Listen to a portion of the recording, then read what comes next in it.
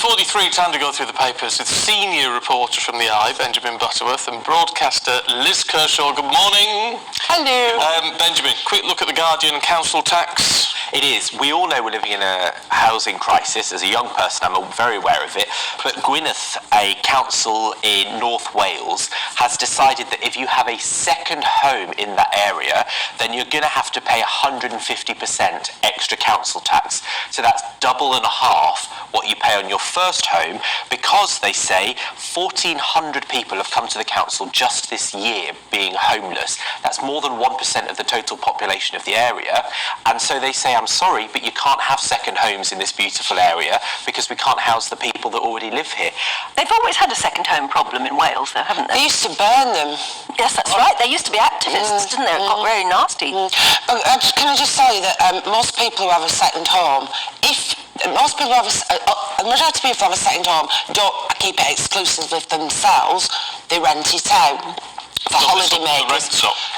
Well, they don't pay council tax if they're not daft, because if you make it available for letting for so many weeks a year, then you pay business rates instead, which are lower. So this won't affect the majority. The other thing I'd say is how many holiday homes are of a suitable nature to be given over to people on very low incomes.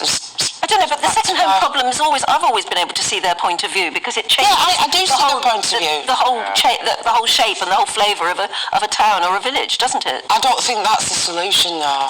But I think when you've got supply and demand, you need to disincentivise people buying lots of homes when other people can't get one. Being charged an extra 150% is likely to do just that. To the Mail, the winter NHS crisis, Liz. Yeah, I'll be very quick on this.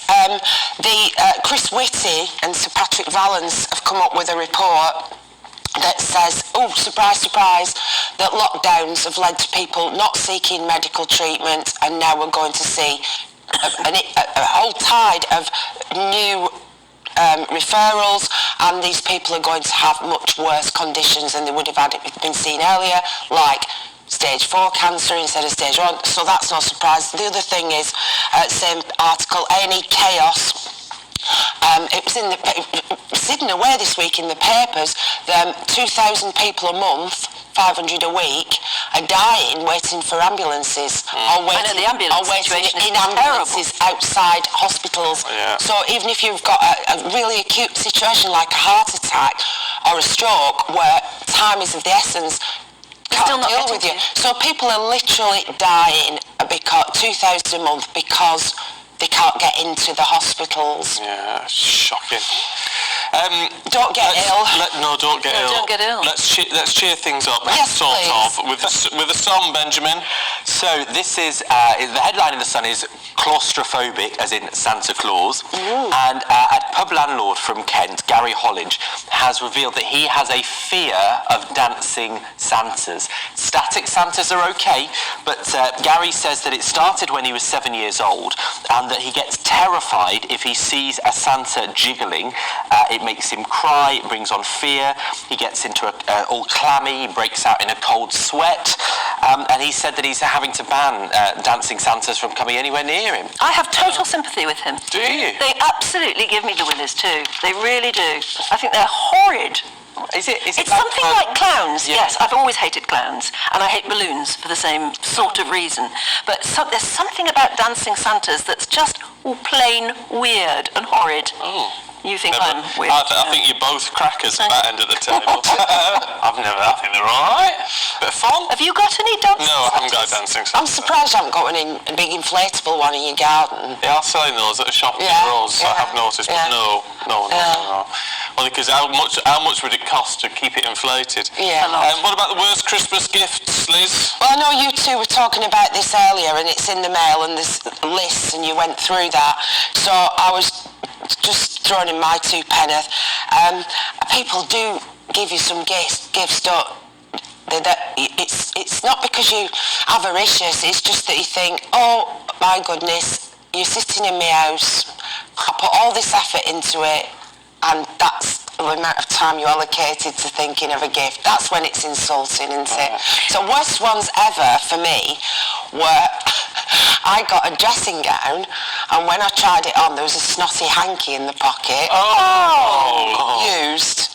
And somebody, a male in our family, was given a tie, a Christmas tie, you know, with Rudolph on or something, and a button you pressed, and played a tune, but it had gravy stains.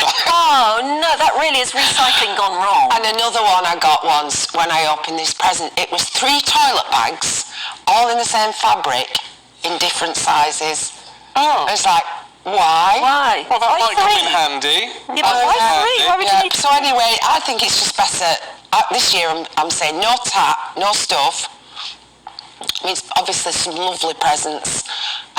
You'll allow lovely presents. Well, I put thought into it. You put thought into your presents, don't you? I do. Yeah, I've had some nice ones off you, but I think experiences are nice. I haven't bought you one That was. really, so yeah. No, I'm not fishing, but in the past, Sounded like it to me. when you had money, you know, when you had money, and not experiences, or arty, crafty, wafty stuff that's somebody's made, and A day out in a spa, that sounds nice. yeah, an experience. I do think presents that people have thought about that are for you. Yes. I really don't want expensive things for the sake of it. I want something that means something.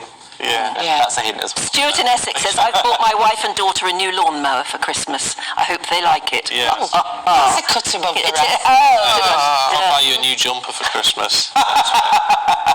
Do you remember that song? This is new. It's like a Neapolitan ice cream. It is, yes. I like it. Yeah. And another good one from Amanda. She says she and her husband have managed to avoid arguments on Christmas Day by not buying presents.